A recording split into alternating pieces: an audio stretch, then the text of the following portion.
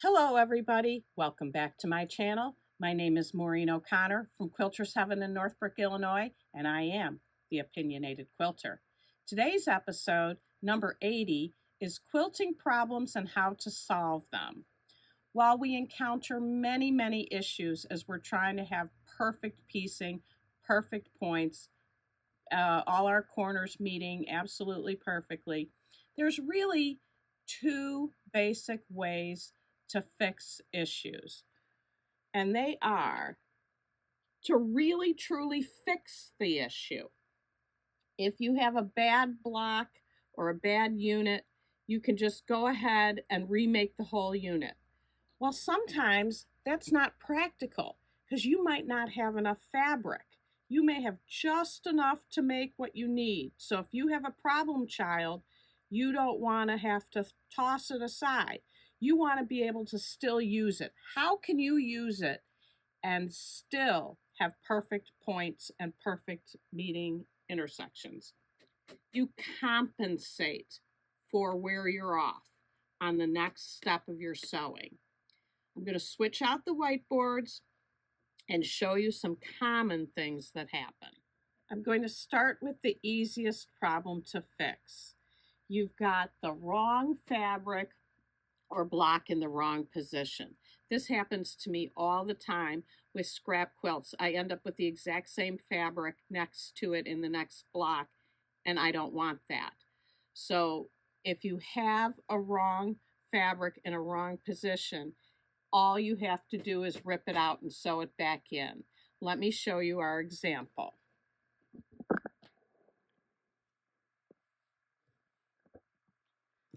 So I just pretended that this was in the wrong spot. So all you do is come back here, rip out all the sewing around this piece, and then you put in the correct piece and just go ahead and you just sew it right back in.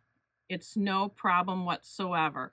Sometimes you might need to rip out a further away seam so that you can get in here easier, but then you just come back and re-sew it. So this is an example of where you would just take out the wrong piece, put in the right piece, sew it back in, and voila, you're good. Now, let's get to some little bit more complicated things. I shouldn't say complicated. It's not really complicated, but there is a solution. What happens when your strip width is slightly off? And I mean slightly, always less than 1/4 of an inch, because if it's more than 1/4 of an inch, this won't work. So your strip width is either a little bit off, or your block unit where you are so far is off. And what causes this? A couple things can cause it. One is you could have just done a bad job cutting. But who wants to take something that's less than 1/8 of an inch off and say, I'm not going to use it? You can still use it if it's less than 1/8 of an inch off. It can also happen when you go ahead and starch after you've cut your piece. You always want to remember to do your starch or Mary Ellen's Best Press or the acorn pressing stuff. Do that all before you cut, because if you do it after you cut, it'll shrink your pieces. And of course, the other thing is seam allowance. If your seam allowance is off, then your unit will get too small or too big. Usually people have a too large seam allowance and your piece is too small. Let me show you the example on a strip, and then I'll show you some examples on units. Here's one where I purposely cut my blue a little too small, just to show you. I know that the yellow is correct. And for this method to work, you have to know which one is right and which one is wrong. If the yellow was wrong and the blue was correct, all you would do is trim down the yellow to the correct size. But you can't make the blue bigger. So what you do is you line up on this side and sew here. Now I know that the yellow is correct. So I sew using a 1/4 inch from off of the yellow. And I'm just noticing now that the thread is so light you probably can't even see it. I'm going to quick grab a Friction pen and draw over top of that thread so you can see where it is. Okay, I've marked the stitching with the black Friction pen, so you can now see that the 1/4 inch is measured from the edge of the yellow, and the seam allowance on the blue is substantially smaller. But because I've lined up this side correctly, once this is sewn and pressed, the width of the two pieces together will be the correct measurement. Now, don't try this with a large stitch length. Don't try it with a 2.5.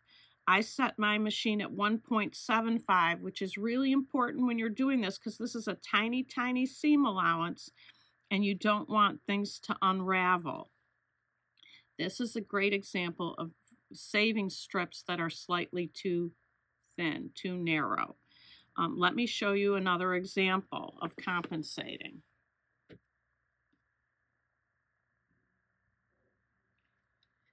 Here are two pieces that I'm going to sew together for a row of a quilt I'm working on. And again, you have to know which one is right and which one is wrong. I know that my purple piece is the correct length and my pink piece is the wrong length. It's too short. So I line the purple on top of this green and then leave it nice and straight. And then I would sew a 1/4 inch from here.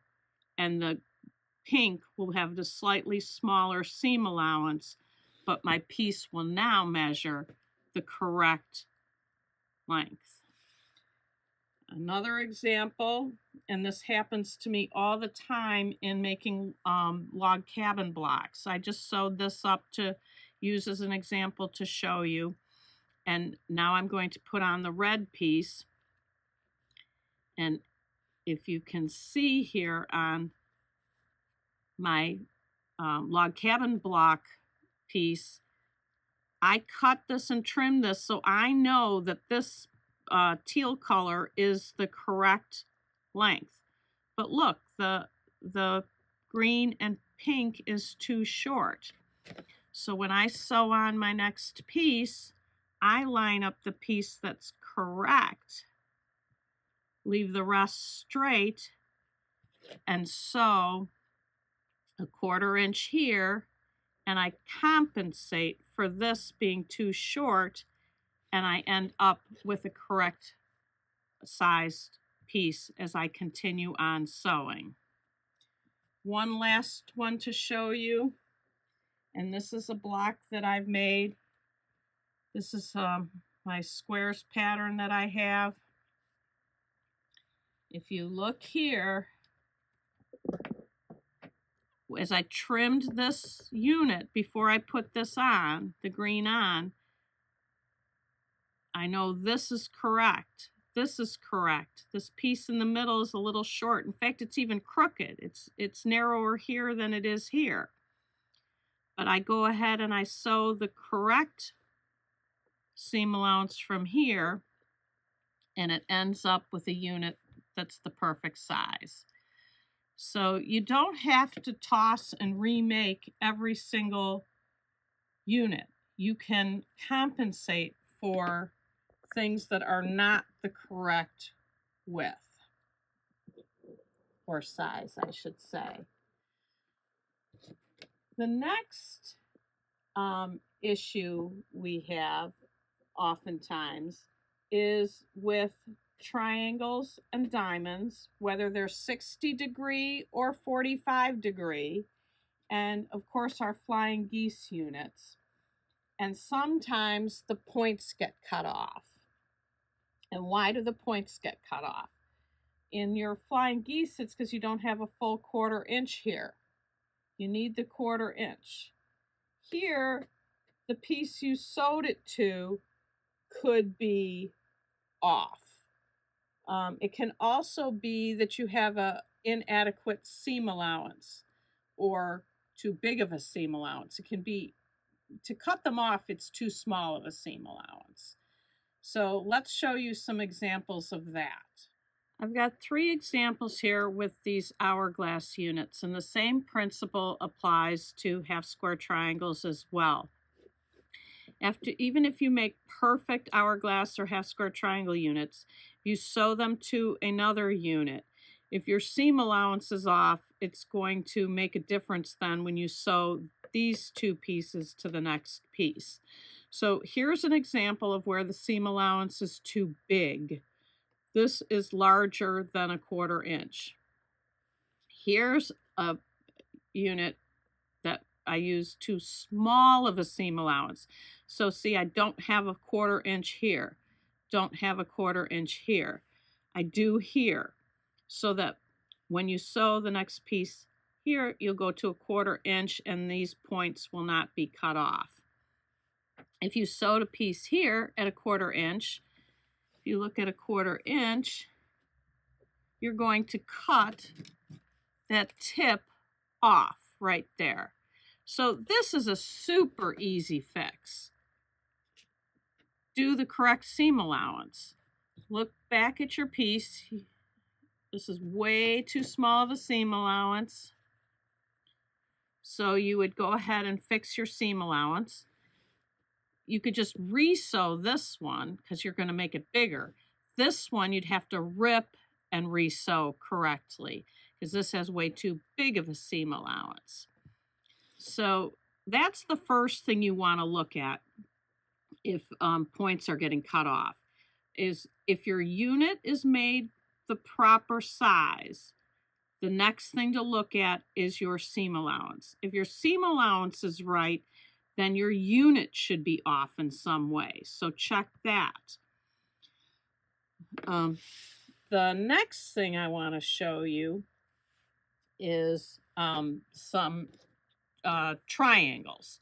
But the principle is the same whether it's triangles, diamonds, or your flying geese. So let me get this. That's all triangles and diamonds. And when you don't have perfect points on your triangles and diamonds, you can rip it out and re-sew it in and see if you do a better job, because something is off. You know, with those triangles, if you don't have the blunt ends where some patterns have you trim them off so that the end of the triangle meets the other piece, you have to offset those little points that end up being your dog ears. And you know, who wants to keep ripping? That would not be fun to me to try to finish a project. So when I'm off by a little bit, I find that this compensation works so much better. Again, you can't see the stitching, so I did mark this with the friction pen so you can see where my stitching is. And I'm fine over here. This point was fine, but this triangle is not where it should be. And I'm okay pretty much over here too.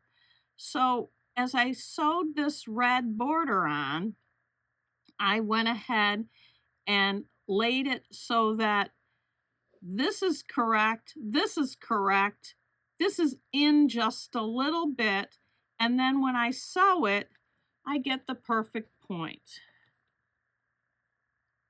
And if you look here, you can see that that point is perfect, that point is perfect, that point is perfect. So while we want to have all of our points showing and not being cut off, there are things that you can do rather than rip and resew, rip and resew.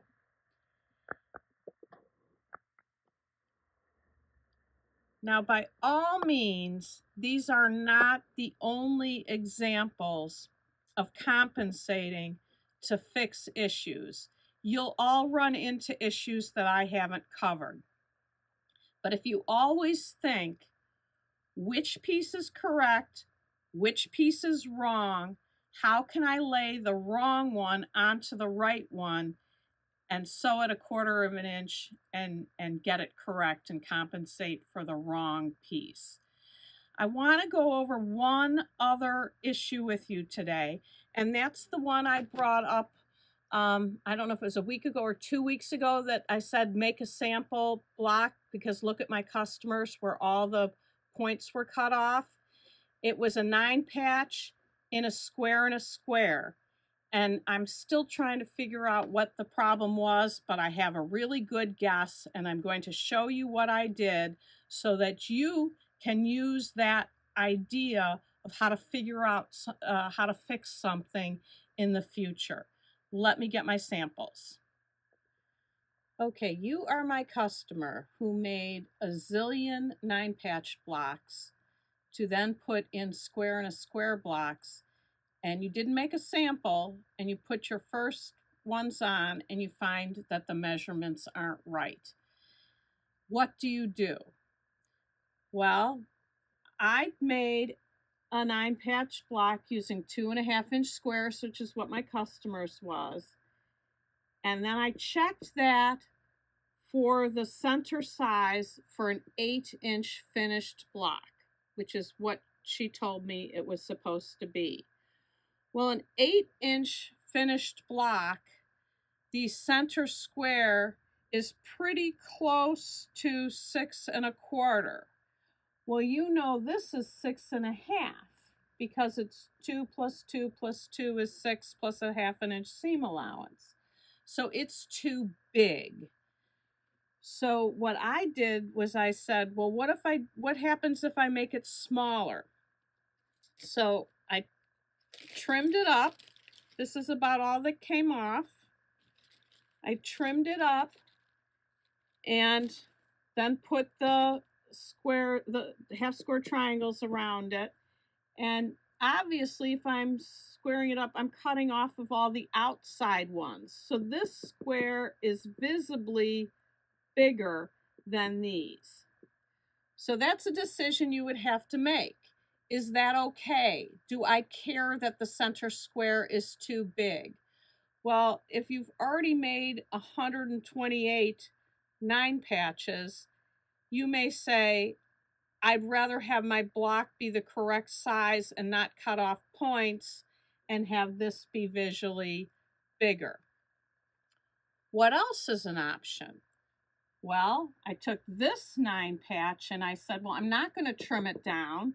I'm just going to add the half square triangles on it and use that size block. Now, this size block came out to a 9-inch unfinished, 8.5 finished, which is an unusual size of a block. If you were going to put other blocks, other units next to it, it wouldn't fit if they were supposed to be 8-inch finished and yours is 8.5-inch finished. But if your only block in the whole quilt is this same block, they'll fit together perfectly. So clearly that is an option. When I measured this and said, boy, this is really close to exactly 9 inches, finishing to 8.5, I thought, did my customer read the directions wrong? Was it an 8.5 finished block, not an 8.5 unfinished block? I'm not sure because I haven't seen the directions, but that's what I think happened. So the bottom line to this story is make a practice block. And if you don't make a practice block, There are always solutions. For this one, we have 2 different solutions for this problem. And I'm sure you're all going to come up and find things as you're sewing that I haven't covered here. But if you can use the knowledge that I've shown you, you will be able to come up with a solution. There's always a solution. So that's it for today. Please like, share, and subscribe. And until next time, happy sewing.